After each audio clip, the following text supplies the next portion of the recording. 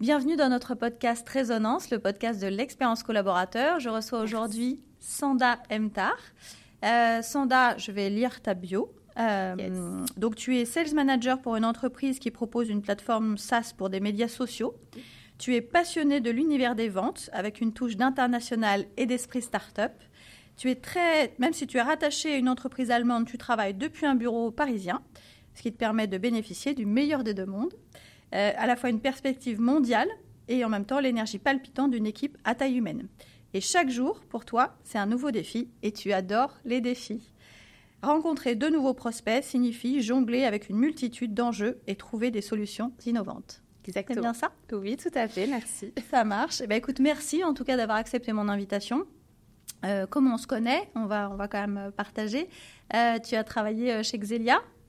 Pendant 4 ans et demi, un peu plus de 2 ans en tant qu'alternante. Exact. Et un peu plus de 2 ans dans un rôle de commercial. Et donc, on se connaît parce que je travaille chez Xelia et j'étais dans une fonction de DRH quand tu es arrivé chez Xelia. Et puis après, au moment de la transformation de notre organisation sur un modèle plus horizontal, sans manager ni directeur, j'étais responsable de comité bien-être et tu étais une référente bien-être de l'équipe Réseau & Co. Donc, tu vas un petit peu nous raconter tout ça. Mais d'abord, je vais te proposer un rituel. Okay. Le rituel de ce podcast, c'est de tirer une enveloppe. Okay, super. Au hasard. La couleur qui te plaît. On va dire le vert, très nature. Espoir. Voilà. Merci. Alors, le génie de la lampe se présente devant toi. Okay. Quels sont tes 3 vœux pour l'humanité ? Pour l'humanité. Alors, de manière très innocente, je pense pour l'humanité, la paix dans le monde, à tous les niveaux. L'ouverture d'esprit pour, on va dire, toutes les cultures, pour que nous soyons tous en harmonie, tous ensemble. Et le 3e, il faut que je réfléchisse un peu. Vas-y. On va dire revenir un petit peu plus à l'état de nature. Beaucoup plus de verdure, prendre soin de notre planète et surtout laisser un beau monde pour demain. Voilà. Merci. Donc, c'est le podcast de l'expérience collaborateur. Si toi, tu devais donner une définition de l'expérience collaborateur, ce serait quoi ? Alors, l'expérience collaborateur, pour moi, elle arrive à plusieurs échelles. Déjà, même quand on n'est pas encore dans l'entreprise, je pense en tant que candidat, de se sentir un petit peu unique, d'avoir, on va dire, un recrutement qui se fasse en bonne harmonie. Et une phase d'onboarding aussi qui donne envie de se rattacher à l'entreprise. Puis ensuite, la 2e étape, c'est qu'une fois qu'on fait partie, on va dire, entièrement de l'entreprise, c'est important de se sentir, on va dire, bien et en harmonie avec ses collaborateurs, en harmonie avec son poste, avec ses évolutions, avec tout ce qu'on va rencontrer en fait dans le monde de l'entreprise. Et également la phase d'après, si on est amené à vivre d'autres aventures, de toujours garder une bonne relation, comme c'est le cas aujourd'hui, avec nos anciens collaborateurs, puisque ils ont fait quand même partie d'un moment de notre vie. Et puis, c'est pas parce qu'on fait pas partie de la même boîte qu'on peut pas évoluer ensemble et se donner des nouvelles. Donc, en fait, ça fait écho un petit peu à ce qu'on vit au quotidien, que ce soit avec nos clients ou avec, pour le coup, de mon côté, avec mes prospects. C'est de leur faire vivre une expérience depuis le premier contact, qui fasse qu'ils gardent un petit souvenir quelque part de nous, quitte à ce qu'ils signent et qu'ils continuent avec nous ou pas. Mais voilà, à quoi ça fait écho. Ok, oui, parce que ce que je n'ai pas dit, c'est qu'effectivement, tu as quitté Xelia, je pense, il y a 1 an à peu près, non ? Il y a 1 an, presque tout pile. Ok. Pour le coup, ouais, c'est ça. Donc, la preuve qu'on peut effectivement être un ancien collaborateur et garder de bonnes relations. Ça va de pair. Ça marche. Du coup, tu es resté à peu près, ce que je disais en préambule, un peu 4 ans et demi à peu près. Qu'est-ce qui t'avait attiré initialement chez Xelia quand tu es venue, même en tant qu'alternante finalement ? Alors, moi, j'étais pas du tout à Paris. Et mon objectif en tant qu'étudiante, c'était de pouvoir vivre une expérience. J'ai toujours été attirée par le SaaS, les plateformes. Et donc, c'était de venir à Paris et de connaître un petit peu une boîte où je pouvais, on va dire, grandir. Et donc, c'est pour ça que j'ai démarré plutôt dans l'équipe marketing au démarrage, puisque c'était en cohésion avec les études que je faisais à ce moment-là. Et j'étais ravie de faire partie de l'équipe marketing directement dans une équipe parisienne, mode SaaS, voilà. D'accord, donc il y avait quand même la notion de géographie quand même, Oui, et le domaine qui t'ont attiré. Et du coup, comment tu as vécu, parce que du coup tu es arrivé dans ce que on appelle l'ancien monde, donc une organisation plus pyramidale, assez traditionnelle. Comment toi tu as vécu en 2021 la transformation du coup de l'organisation classique vers un modèle plus horizontal comme je l'ai dit tout à l'heure? Alors je pense qu'au démarrage, c'était un petit peu nouveau pour tout le monde. Et donc, j'avais un sentiment un petit peu de mystère, on va dire. Qu'est-ce qui m'attend? Et puis, au final, cette expérience, elle m'a quand même permis de me dévoiler. Puisque, comme je disais, j'ai démarré dans l'équipe marketing. Donc, j'étais plutôt sur tout ce qui était événementiel, communication. Et grâce à cette organisation, j'ai pu trouver ma place, je pense. Et surtout développer des compétences que je n'avais pas, qui étaient de devenir plutôt commerciale. Donc au départ, j'étais plutôt, on va dire, lead manager. Et puis ensuite, j'ai très vite évolué grâce à l'organisation dans un poste plutôt d'ingénieur commercial et améliorer mes compétences, trouver ma place, arriver dans une nouvelle équipe parce que c'était pas du tout les mêmes collaborateurs, c'était plus, on va dire, l'équipe marketing et les piliers que j'avais eus. Et donc, je pense que c'est à ce moment-là que j'ai pu aussi me dévoiler et grandir, surtout, puisque arriver dans une nouvelle équipe, c'est aussi montrer de quoi on est capable, se sentir légitime de prendre la parole, se sentir légitime de prendre certains sujets en main. Et cette nouvelle organisation m'a permis justement, on va dire, de passer de l'étudiante en alternance à une salariée qui avait envie de démontrer de quoi elle était capable, quoi. Voilà. Une aventure. Une aventure. Et du coup, quels étaient pour toi, aussi, du coup, avec un peu de recul, les avantages et les défis? Un peu global pour tout le monde, finalement. Les avantages et les défis de cette nouvelle organisation, je pense que le premier, c'était déjà d'apprendre à se connaître dans une équipe, puisqu'on arrive avec des personnes avec qui on n'a potentiellement jamais travaillé.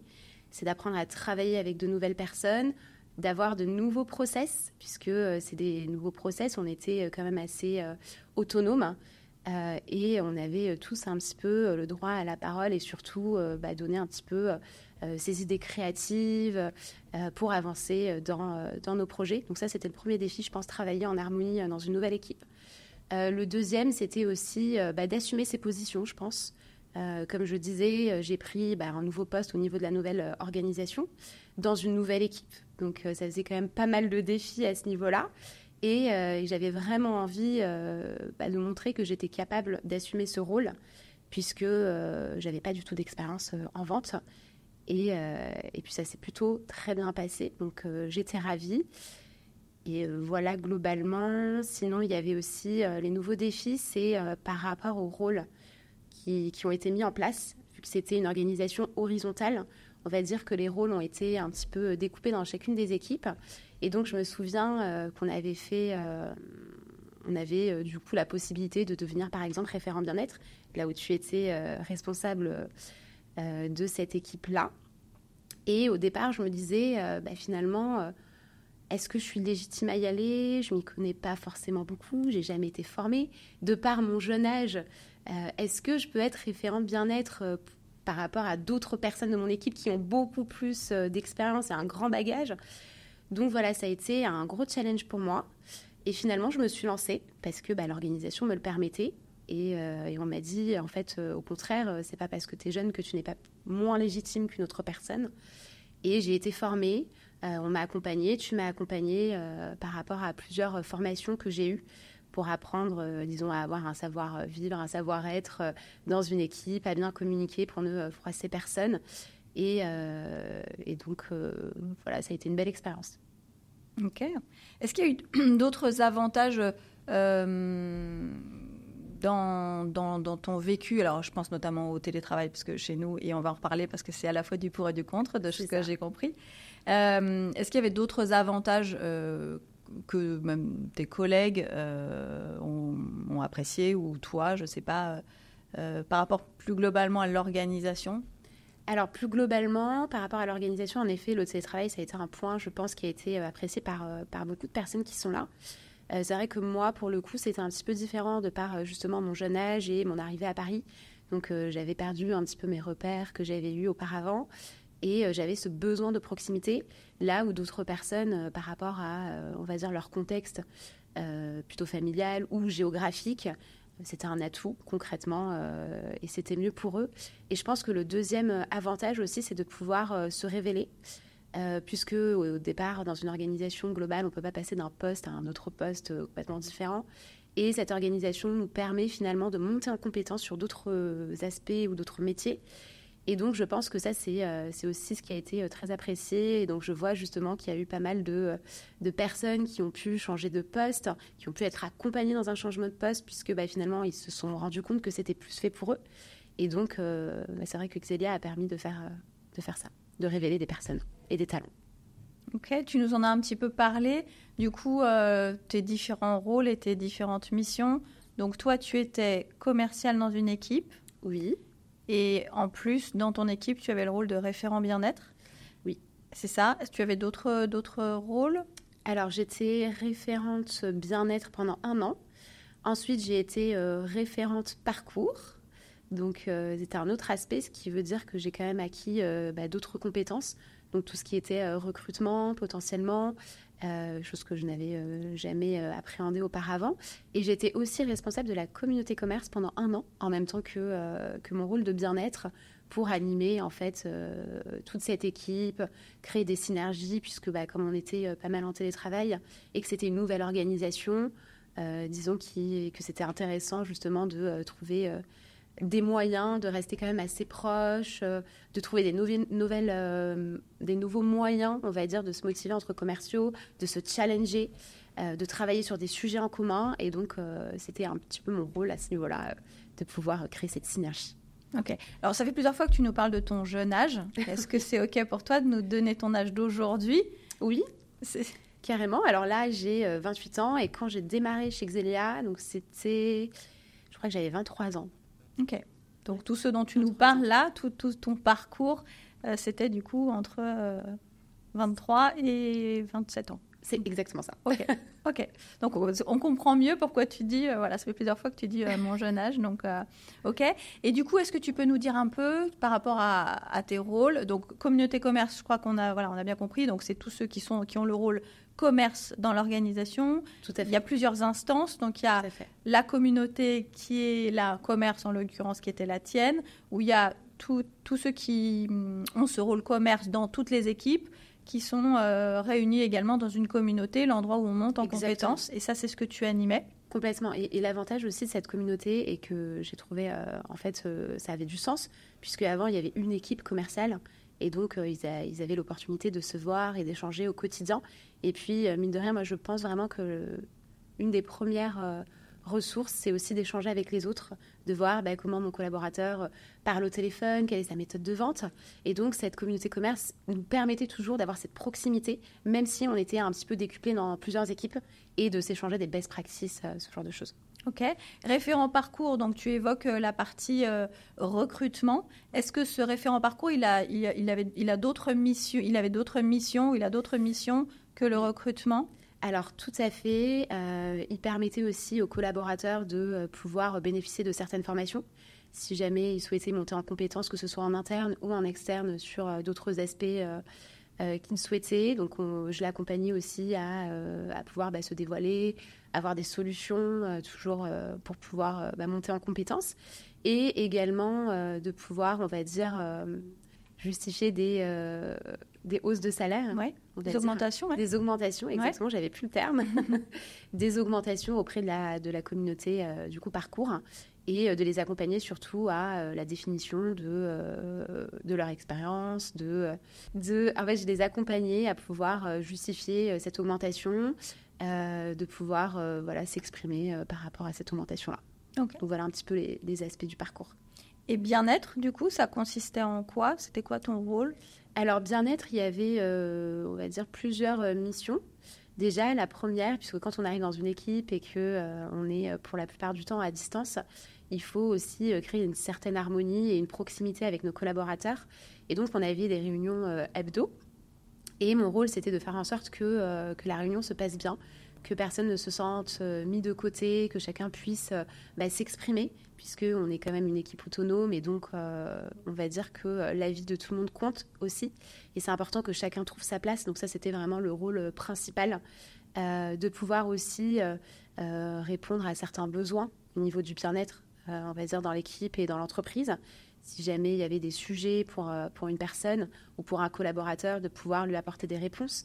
C'était également de veiller à ce qu'il y ait une bonne communication aussi entre nous, grâce à la communication non violente et à toutes les formations que tu nous as appris. Et voilà, globalement, et de faire remonter, bien sûr, en réunion bien-être, toute la vie qu'on peut avoir dans notre équipe. Okay. Donc effectivement, et tu étais dans une équipe de combien de personnes quand tu avais ces rôles ? Alors exactement, je ne sais plus, mais une petite vingtaine, je pense. Oui, donc déjà 20 et 25. Déjà une belle équipe. Une belle équipe. Ok, et du coup, quelle est finalement l'expérience que tu retiens la plus enrichissante pour toi finalement chez Xelia ? Parmi tout ça, ce serait quoi ? L'expérience la plus enrichissante, alors il y en a plusieurs, il faut choisir. Mais on va dire que ça a été vraiment pour moi de passer d'un rôle à un autre qui est complètement tout nouveau pour moi, de monter en compétence sur un métier que je n'avais pas du tout acquis. Donc ça a été un gros challenge. Et vraiment, je suis ravie de m'être dévoilée à ce moment-là, aussitôt, on va dire, dans ma carrière, puisque finalement, je me sens complètement épanouie dans ce métier aujourd'hui. Et je n'en avais pas du tout la connaissance auparavant. Ça a été la prise de parole en public, de m'assumer aussi avec des prospects, avec des clients. Je me souviens même, puisque c'était mes débuts, on va dire, en tant que commercial. Et on avait eu un prospect, on va dire, avec un MRR assez important. Et donc, alors, MRR, là, il faut expliquer, parce que je ne suis pas sûre que nos auditeurs, ça leur parle. On va dire un revenu mensuel assez important de par ce client, si je le signais, prospect, donc, qui a été converti en tant que client. Et en fait, on m'avait dit, voilà, c'est le moment potentiellement d'aller présenter la marque, la plateforme. Et on m'avait invité justement à des plénières que faisait ce prospect en question à Nantes et à Lyon.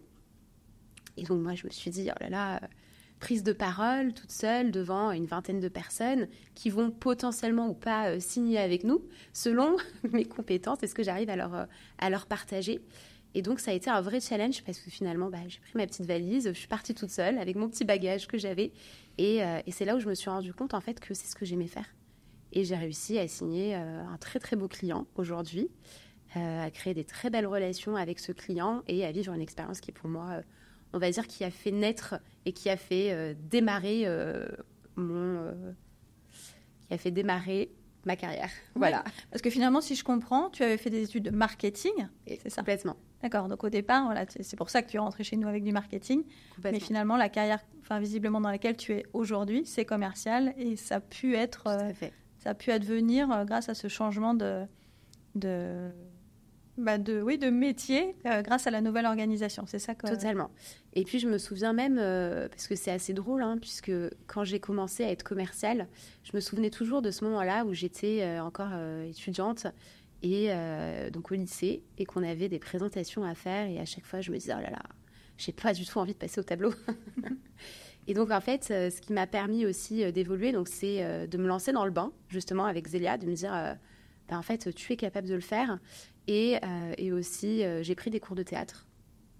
Et donc, ça m'a permis aussi d'assumer mes positions et de prendre complètement confiance en moi. Et donc, en fait, c'était un beau bout de chemin, on va dire. Carrément. Du coup, par rapport à ce que tu nous partages, parce que l'idée, c'est aussi d'inspirer finalement des employeurs sur ce qui est important, peut-être un changement de carrière, en tout cas cette possibilité de monter en compétence, de changement de carrière, en tout cas d'ouverture d'esprit, c'est ça que j'entends. Du coup, qu'est-ce qui, d'après toi, est le plus important pour les moins de 30 ans, du coup, j'ai envie de dire, dans l'expérience au travail, Alors, comment Xelia y répondait, je pense que tu l'as un petit peu dit, et si tu as d'autres choses, bien sûr, c'est bienvenu. Et comment ton entreprise actuelle y répond finalement? Alors, je pense que pour les personnes d'à peu près mon âge, en tout cas pour mon cas, ce qui a été vraiment important, c'est la proximité. La proximité avec mes collaborateurs, la proximité pour pouvoir justement évoluer, entendre un petit peu ce qui se passe à gauche, à droite, pouvoir poser des questions en présentiel. Donc pour moi, ça a été vraiment le point fondamental de sentir cette proximité. Et je pense aussi de se laisser une chance, en fait, de se dévoiler. Même si on est jeune, ça ne veut pas dire qu'on n'est pas forcément légitime d'aller sur certains postes, qu'on peut très bien réussir. D'ailleurs, ça fait écho à un recrutement qu'on a eu chez Xelia, d'un commercial donc, qui est arrivé et qui a fait une reconversion professionnelle totale, puisqu'à la base, elle n'était pas du tout issue de la vente. Et c'est vrai qu'au démarrage, on se disait, mais bon, est-ce que du coup, c'est une bonne idée ou pas? Et en entretien, et je pense que c'est fondamental aussi d'arriver à cerner, même si c'est difficile dans un premier entretien, la motivation et l'envie. En fait, c'est ça, être commercial, c'est se dire, on a envie d'y aller parce qu'il faut un certain courage quand même d'aller vers les autres, de se prendre des murs parfois, parce que c'est la réalité du marché. Et j'ai senti chez cette personne cette envie de réussir, cette envie d'y aller. Et aujourd'hui, j'ai l'impression que ça se passe très bien et qu'elle est vraiment excellente. Et je pense que c'est important aussi de se dire, c'est dur en étant jeune de directement savoir et cerner qui on est et ce qu'on veut. Et donc parfois permettre aux jeunes personnes d'essayer parce qu'ils en ont envie, même s'ils n'ont pas forcément le bagage entièrement. Je pense que c'est assez important et ça permet de déceler des talents, comme pour le coup cette collaboratrice qui est excellente. Je n'ai pas d'autres mots. Ok. En fait, ce que tu dis, c'est que finalement, pour les recruteurs, le message peut-être aux recruteurs et aux managers qui font partie du process, c'est effectivement peut-être d'avoir cette ouverture d'esprit. Oui, il y a quelque chose sur un CV, mais que finalement, au cours du parcours, la personne a envie peut-être d'autre chose ou d'explorer autre chose. Ou peut-être même que la personne peut proposer peut-être autre chose parce qu'elle sent, effectivement, comme tu le dis, une envie, une motivation, et bien de se laisser la possibilité de le faire. C'est complètement. Ça, et je sais que c'est pas forcément évident parce qu'on cherche des compétences quand même quand on recrute quelqu'un, mais je pense que parfois on peut déceler des talents et cette envie aussi à ces personnes qui font une reconversion totale. Je pense que chez eux, il y a quand même une certaine lumière qui dit ok, je ne me sens pas légitime, un petit peu comme ce que j'ai vécu finalement en tant que commercial, mais je vais y aller et je vais prouver de quoi je suis capable. Et pour le coup, cette personne-là l'a démontré complètement. Ok. Du coup, j'allais dire on va parler des choses qui fâchent. Non, ça fâche pas du tout. Tu sais à quel point je t'apprécie. Mais du coup, qu'est-ce qui t'a finalement poussé à quitter Xelia l'année dernière? Alors, je pense que pour le coup, c'est pas une surprise par rapport à ce que j'ai dit tout à l'heure, mais c'était la proximité qui, moi, me manquait. Le télétravail, je pense que c'est quelque chose qui est très bien, mais à un certain stade de sa vie. Et pour le coup, moi, j'étais pas prête encore à vivre tout ça. Je sortais, on va dire, d'études. J'avais pas forcément de repères encore à Paris. J'étais assez jeune, j'avais envie d'avoir des collaborateurs avec qui je peux aller boire un verre, avec qui je peux échanger autour d'un café. Et donc, ça a été vraiment quelque chose qui m'a poussée à aller à partir, on va dire, pour avoir cette proximité qui me manquait. Et on va dire aussi que j'avais donc de nouvelles compétences. Et je pense que j'avais besoin aussi de me prouver à moi-même que je pouvais être une bonne commerciale aussi ailleurs et me challenger avec un autre service, une autre manière de faire et d'apprendre aussi, on va dire, une nouvelle méthode potentiellement. Donc voilà les raisons de mon départ. Okay. Donc le télétravail, c'est vrai qu'on en dit grand bien. Globalement, en tout cas, il y a pas mal de collaborateurs qui témoignent de cet équilibre vie pro, vie perso grâce au télétravail. Et en même temps, c'est pas une réponse, c'est pas la bonne réponse pour tout le monde. C'est ça que j'entends. Donc c'est en tout cas intéressant pour les entreprises, nous, y compris nous bien sûr, de réfléchir à comment recréer du lien, recréer peut-être des espaces de travail dans nos locaux qui sont peut-être pas justement des lieux de travail parce que finalement je pense qu'on travaille très bien de chez soi, mais plutôt des lieux de vie où on peut se retrouver, vivre d'autres choses, faire naître l'intelligence collective, mais en tout cas créer des moments ensemble finalement Toi, c'est ça qui t'a finalement manqué. Avec la libéralisation du télétravail, finalement, tout le monde a choisi de rester plus chez lui, de moins venir au bureau. Mais toi, tu étais jeune. Et puis, c'est pas une question d'âge, mais en tout cas, toi, dans ton contexte... non, mais c'est vrai, peut-être que les gens qui ont une famille, des enfants, ça les arrange d'aller chercher leur enfant à 4h30. Voilà.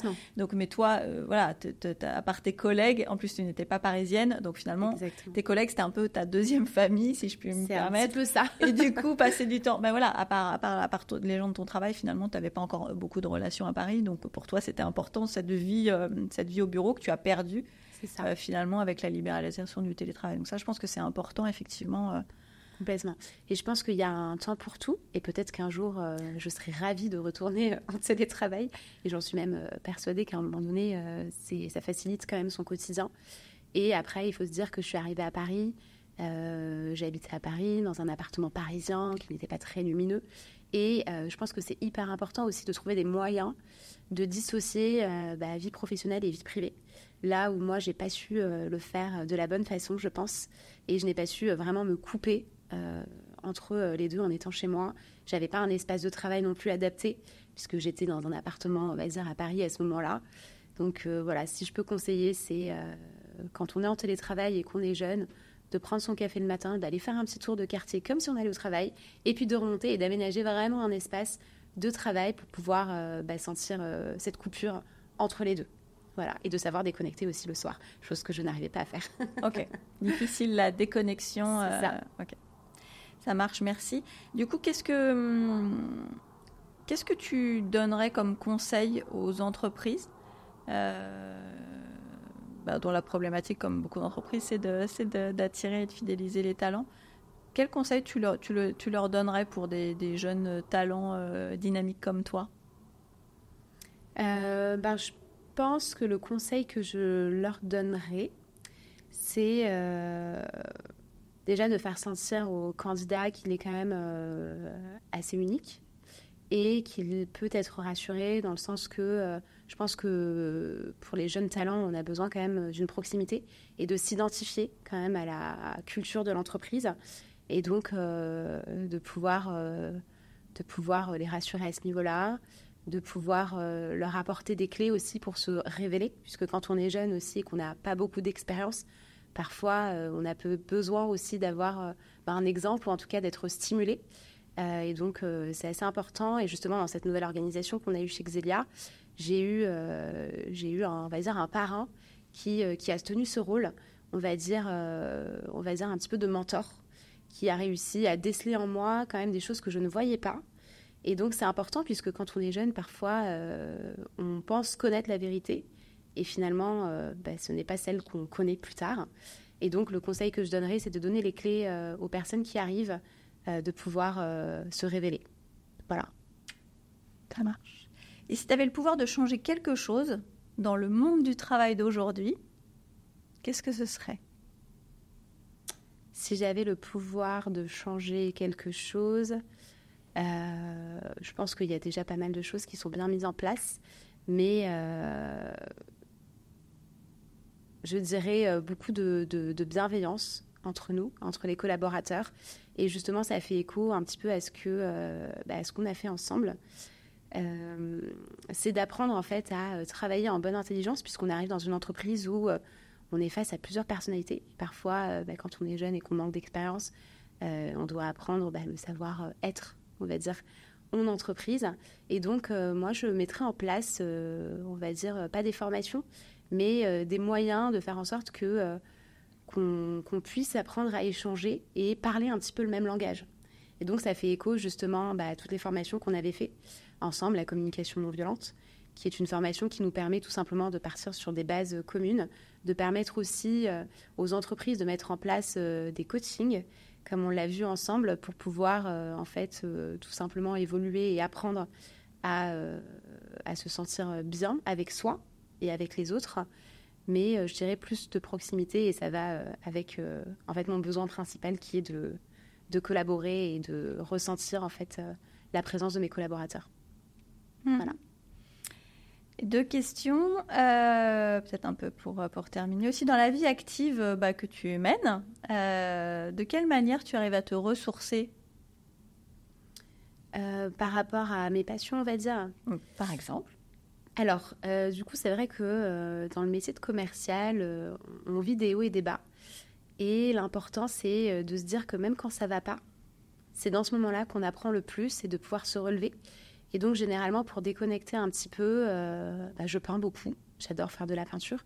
Et ça me permet aussi de me focaliser sur autre chose, de couper aussi avec mon quotidien, qui est très stimulant et challengeant. Et c'est un petit peu mon havre de paix, on va dire, de pouvoir prendre un pinceau et partir d'une toile blanche et écrire un petit peu mon histoire à travers ce tableau. Et sinon, j'aime beaucoup aussi la nature, donc tout ce qui est ressourçant, puisque c'est vrai que être commercial à Paris, parfois, on est confronté à la ville, on est confronté à la vie à 100 000 à l'heure, on va dire, le métro, boulot, dodo. Et donc, je pense que c'est très important aussi de se retrouver et de pouvoir se ressourcer en sortant de la ville, en allant à la campagne, en faisant des balades. Donc voilà, globalement. Ok. Et dernière question, qui aimerais-tu entendre dans un futur épisode de Résonance? Alors moi, j'aimerais challenger ma sœur. Ok. Voilà, alors on se ressemble beaucoup, donc à la caméra, ça va être très perturbant.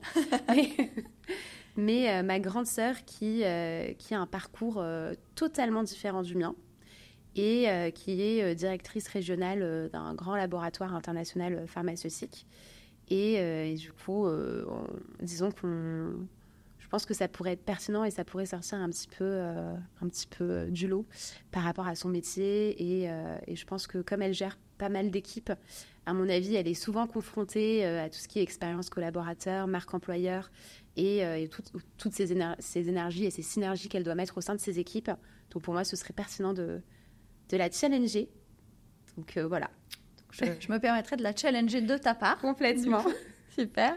Écoute, en tout cas, merci Sandra. Merci d'être venue au podcast de Résonance. Vraiment, ça m'a fait plaisir. C'est un honneur de te recevoir. Je suis ravie de te revoir surtout. Plaisir partagé. Merci pour ça. Merci à toi, Sarah. Au revoir. Au revoir.